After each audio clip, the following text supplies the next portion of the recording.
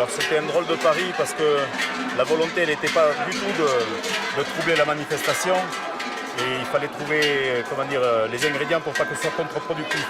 Mais il aurait été impensable qu'une journée qui rassemble toute la profession de cette manière-là, que nous restions muets par rapport à ça. Et je suis heureux et soulagé de voir que tout s'est déroulé avec fierté, avec dignité. C'était ça qui était très important. Et je pense que le pari est réussi parce qu'on a réussi à capter l'attention du public. Et c'était le souhait de la foire au fromage.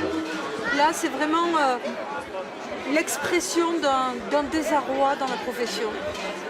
Alors, c'est l'expression d'un désarroi et qui vient s'amplifier de plus en plus. Il n'est pas qu'à la Reims aujourd'hui. Bien sûr, on a été un porte-parole, on a été un messager aujourd'hui sur la foire au fromage de la Reims.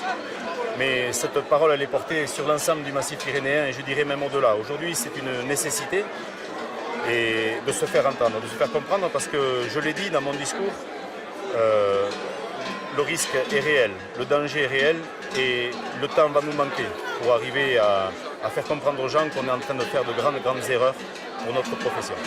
Là, ça veut dire que, selon vous, avec ces ours, dans 5 ans, dans 10 ans, il y aura plus d'ours et moins d'hommes dans les montagnes.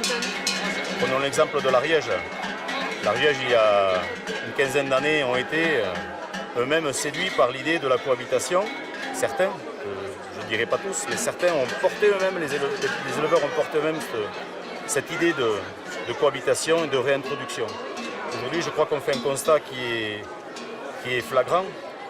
La cohabitation est quelque chose qui, sur le papier, fonctionne visiblement dans certains bureaux, mais sur le terrain, on voit que c'est un échec et on voit que ça met en péril aujourd'hui la pérennité des exploitations et c'est ça qu'il ne faut pas perdre de vue, je pense.